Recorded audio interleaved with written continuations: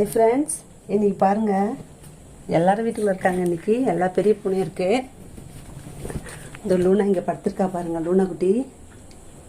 மீதி எல்லாம் இங்கே தூங்குறாங்க பாருங்கள்.